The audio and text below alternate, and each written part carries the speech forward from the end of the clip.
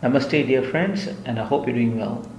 In this video, I would like to talk about what Rahu is all about and how he influences us based on our charts. There are many resources out there, and at times we get confused on what is it all about.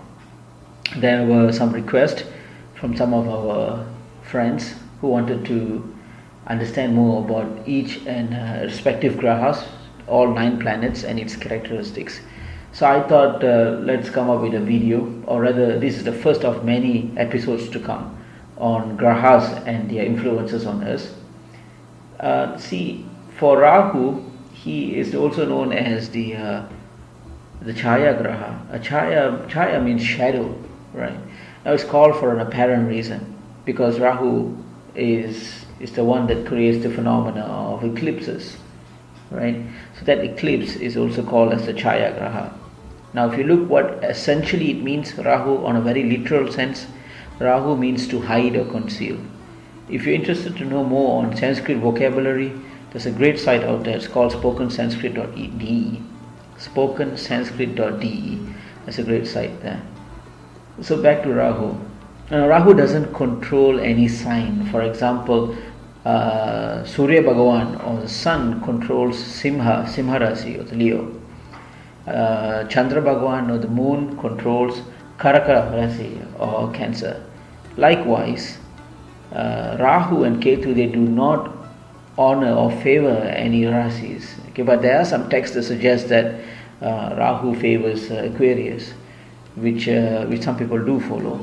But from my point of view, based on my 10 years of experience, I feel that Rahu and Ketu doesn't actually control any rasis because they don't have any mass, right? I mean, MAS has mass. They're basically a mathematical point on space. On a very general sense, Rahu is engrossed with the spirit of materialization. Anything to do with money, gains, fame, or success, it's all about living the physical life, the circular life that we have right now, the fast life, some call it. It's all about that. That's what Rahu is all about. If Rahu is strong in a person's chart, this person is always rich and opulent and so on and so forth. But remember, Rahu is a malefic planet, which means it does more bad than good. We will talk about it later, but let's cover some of the basic understandings first. Now, Rahu and Ketu stays put on a planet for a year and a half. After that, it keeps moving, right? It's Rahu is a friend.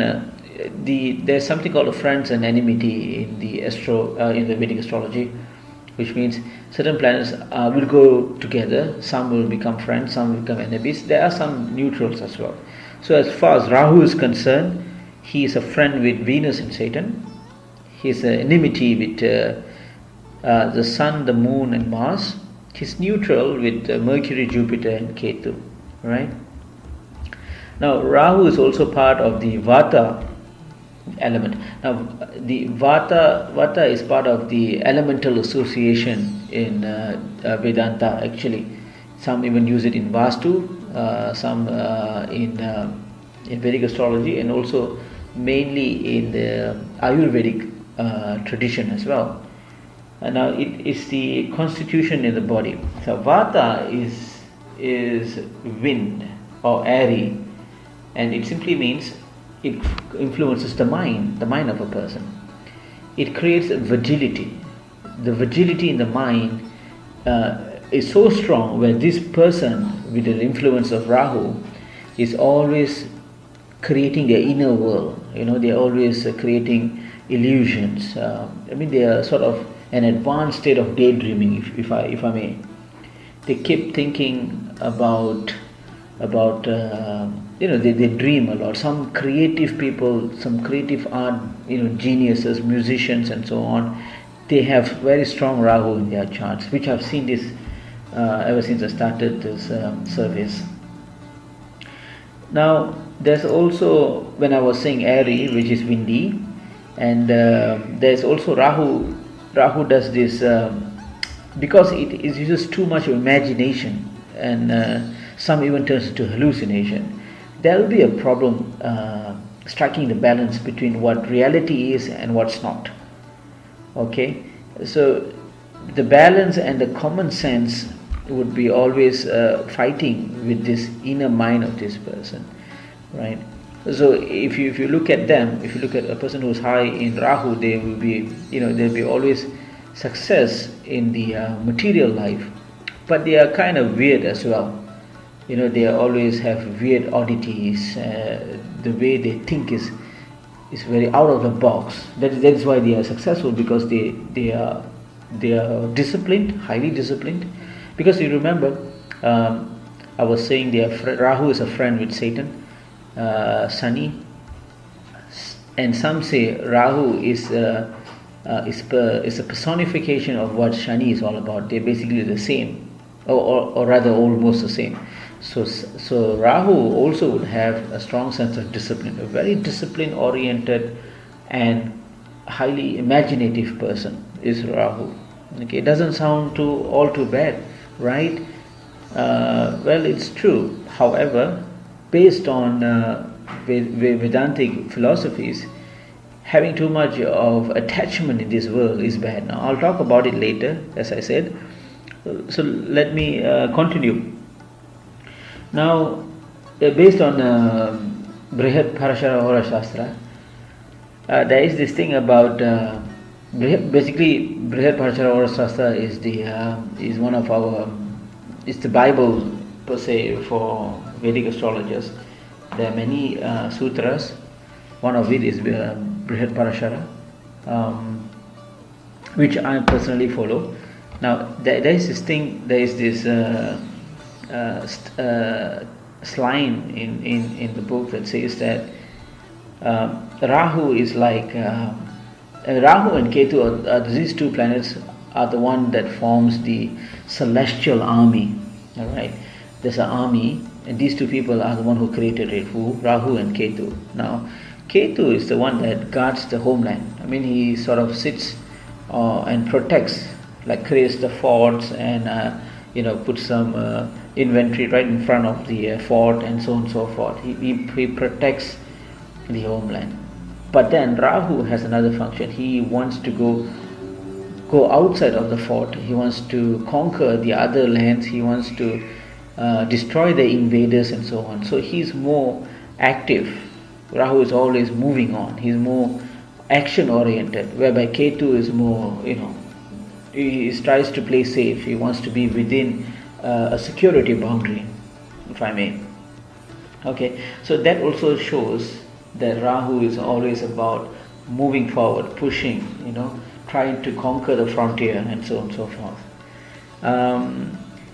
As I said just now, Rahu is also the engrossing spirit in materialization. He always wants to materialize things. Okay, Rahu is also the Karaka. Karaka means the one who is responsible, the significator or something, is of desire, fame, greed, high intelligence, manipulative skills, obsessive behavior, foreigners. When I say foreign, what does this mean? It means that let me give you an example. Let's say you have Rahu in your fourth house. Now, fourth house is all about conveyances, house, cars, lands, and so on. Also on the house of nurturing, mother, a person who's attached to you, who cares about you. So if you have very strong Rahu there, chances are you may have a stepmother, or you'll adore someone who is a motherly figure rather than your actual mother. And this is quite true in all my predictions over these years. I've seen this now. That's just one example on what foreign means for not only Rahu, for other planets as well, other Grahas as well.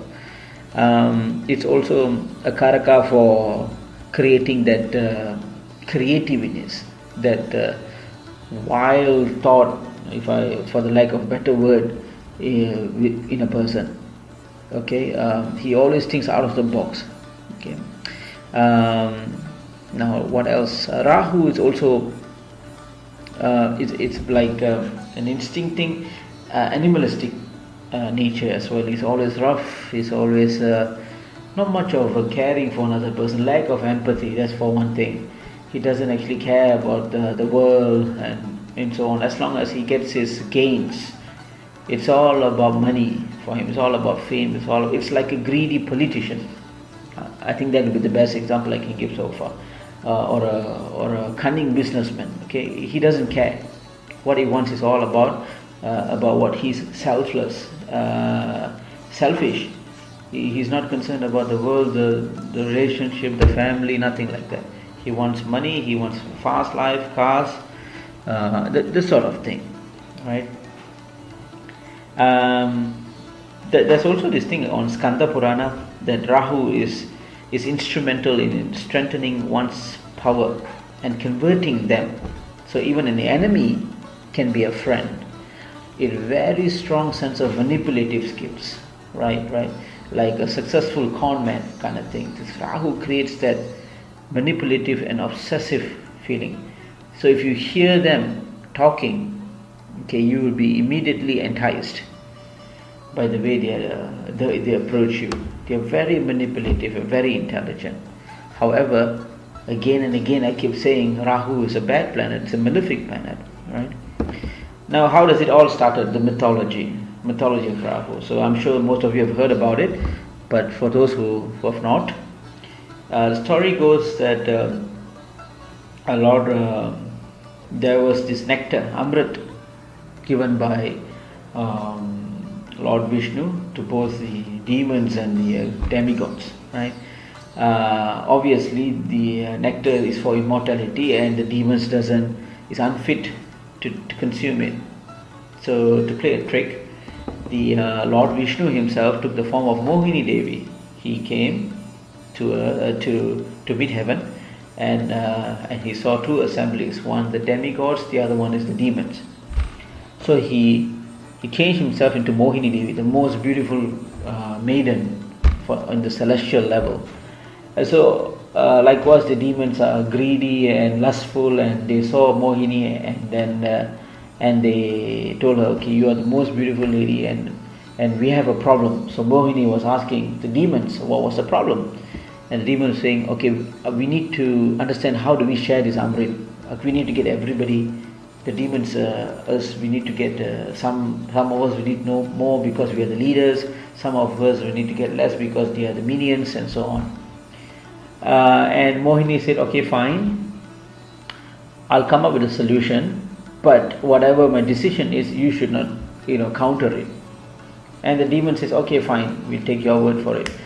So what Mohini said after that, okay, let's get the assembly even more organized, and I'll start to distribute the Amrit, or the nectar of immortality. So she started to distribute. Obviously she skips every demon and gives the nectar only to the devas or the demigods.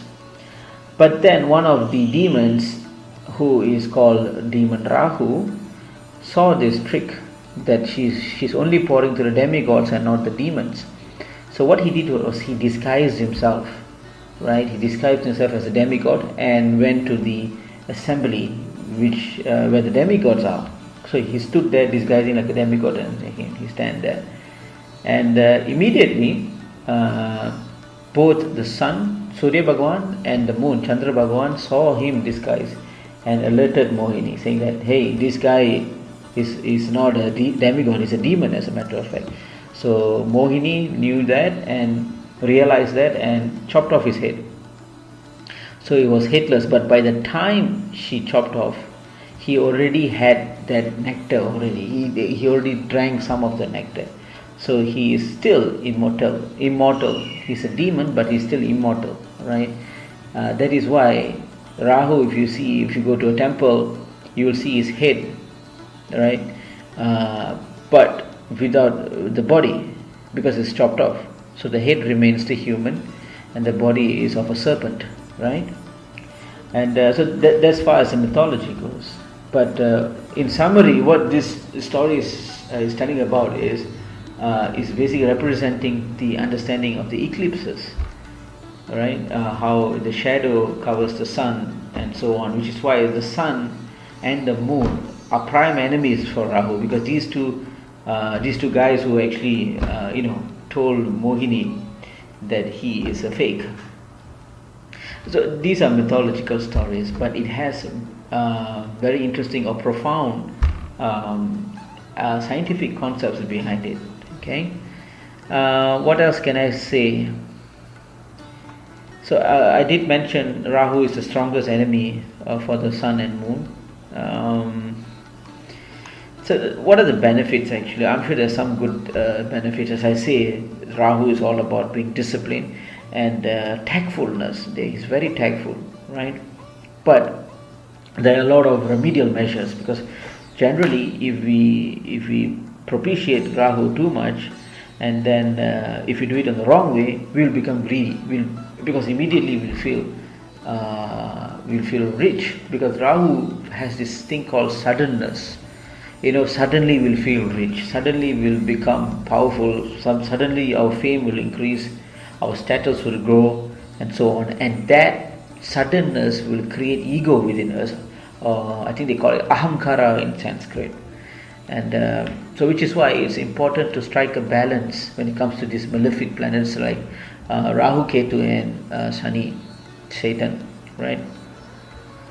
What else can I say? So essentially, I guess I can wrap it up here. Essentially, if you have a strong Rahu in your chart, it is very important that a well-disciplined mind, in order to apply the values of human truth, peace, right conduct, and non-violence must be practiced. Because if we stray away from this path of dharma or virtue or righteousness, Rahu will definitely take control. Although it gives you all the gains and power, but at the end of the day, it will seize all the power, all the gains, all the money, and finally we will be a recluse, and that's basically the end of the life, right? So I guess somewhat I've provided some insights about what or who Rahu is all about and how he controls us. I hope to cover more. If I get to study more of this, I will definitely add more from time to time. So with that said, thank you, and hope you will be benefited from this video. Namaste.